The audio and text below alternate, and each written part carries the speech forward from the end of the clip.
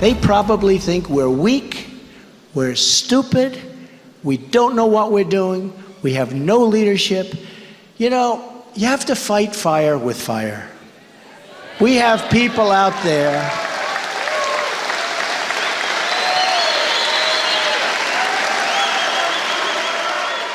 It has become a darkly familiar event here in America over the last year. Every time a terror attack occurs outside the United States, every time innocents are killed in cafes, theaters, airports, the ripple is felt right back here and delivers a shockwave almost immediately to the presidential campaign trail. And that leads us to wonder if using these crimes is the right thing for any candidate to do, and why what is said about these attacks needs to be sharp focused so as not to appear to be taking advantage of a deadly situation. Let's begin there. More of your calls at 1-877-Newsmax, 1-877-639-7629. Weigh in on the subject. Be prepared. Stay on point. Get in the game. Welcome back the former chair of the House Intelligence Committee, Pete Hoekstra, joined now by the veteran Democratic strategist and speechwriter with Catamount Strategies, LLC, Christian Hanley. Christian, thanks for joining us. Pete, good to see you again. Christian, let me begin with you first here. When Donald Trump says that people around the world, the terrorists he speaks of, see us as weak and stupid, quite frankly, he's right in many ways, because that's exactly how they do see us. So every single attack that happens, he drives that home. Democrats have got to be concerned because it plays not just into his hands, but the fears of people that these attacks are coming here to America sooner or later, and our people are too weak and stupid to stop it. Well, I mean, it's insulting to our armed forces, first of all, to say that our country and our military are weak and stupid. Nothing could be farther from the truth. No, I don't think, wait a minute, let me just make a point here if I can, Christian. Yeah. I don't think it's the American military that we're calling weak and stupid. I believe that what's happening is people overseas and government, but the killers especially, the terrorists, see our government as weak and stupid because they keep saying they're going to kill ISIS, they're going to rout them out, they're going to take them out, and these guys are still working every single day and they're making new bombs every day. They're laughing at us.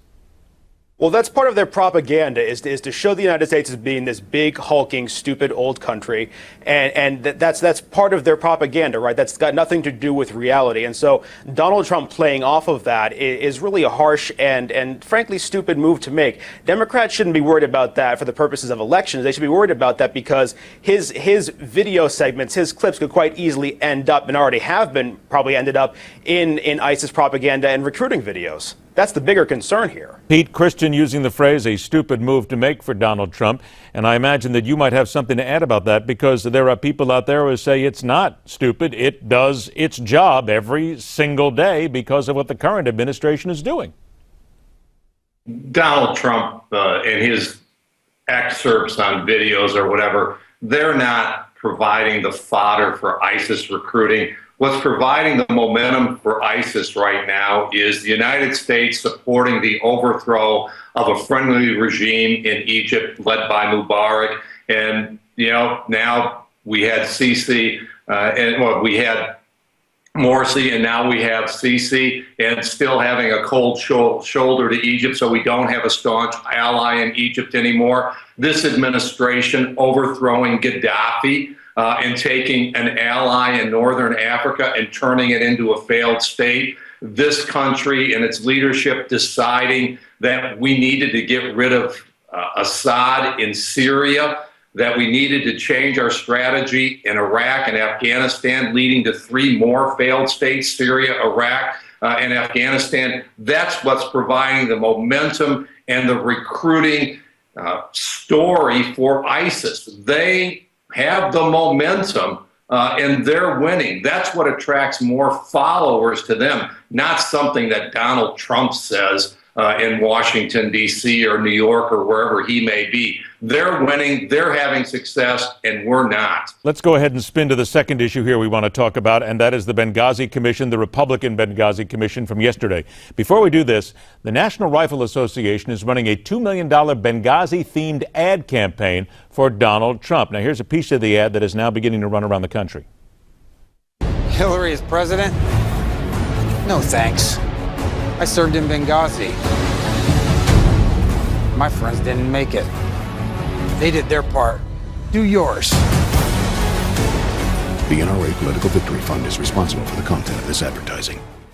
Christian, I think I'm going to start with you first on this one. What's interesting is the State Department is pushing back today. Some of the government officials are pushing back, saying, wait a minute now.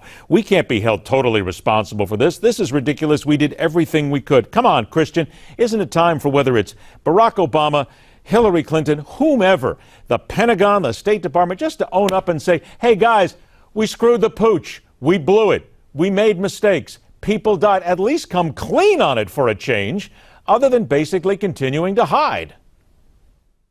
Well, it's interesting you say that because the report actually criticized state and defense. It didn't criticize Hillary Clinton. It didn't point to Hillary Clinton as being the root cause of this problem and the way the situation was handled. What the report pointed to was bureaucratic bungling by state and defense. So it's unclear why Hillary Clinton isn't in any position to apologize or own up for it. She's already testified for 11 hours straight. She's already taken responsibility for the State Department when she was at the helm. So there's really nothing else that she can say. I mean, the sad thing here is that Americans died. We have a very complete timeline now as to why and how this all unfolded, and it's been turned into a political circus. It's really disgraceful. Pete, can we go ahead and say, let's be honest here again, bureaucratic bungling, you got it.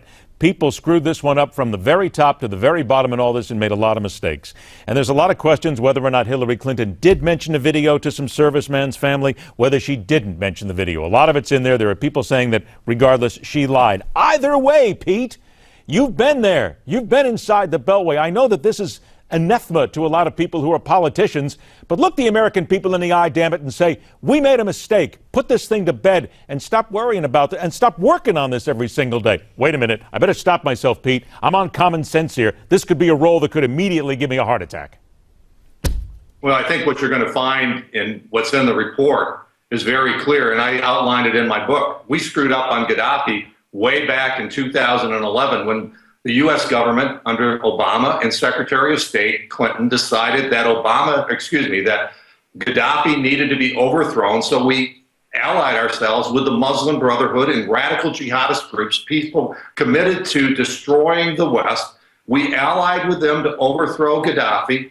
That night in Benghazi, where 4 brave Americans died, it was the people that we trained and equipped and allied with to overthrow Gaddafi that turned their training and their equipment against the United States. And the little-known footnote in this report is that it was Gaddafi loyalists who came and were the first ones to provide assistance to the Americans and pretty much made sure that it was only 4 and not 24 or more Americans that died that night. The sad story of this is that Gaddafi loyalists were more loyal to the agreement that they made with the United States than the United States made with Gaddafi and his regime. My God, my head is going to explode here. Everybody, please take responsibility for crying out loud and stop this ridiculous dancing here.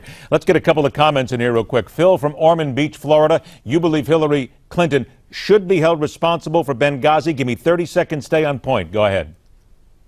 Okay, I think that, we know that she missed the 3 o'clock phone call. We know that she sent emails to her daughter and other people saying that it was definitely a terrorist attack.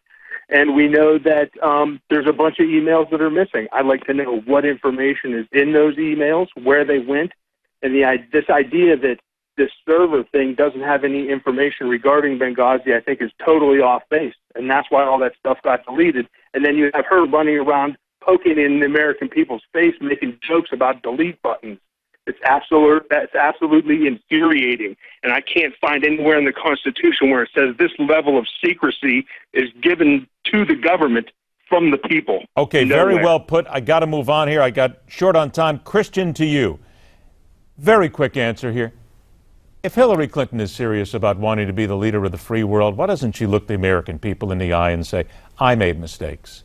Everybody made mistakes. People died, and I'm sorry about it. 30 seconds. Why can't she just say that?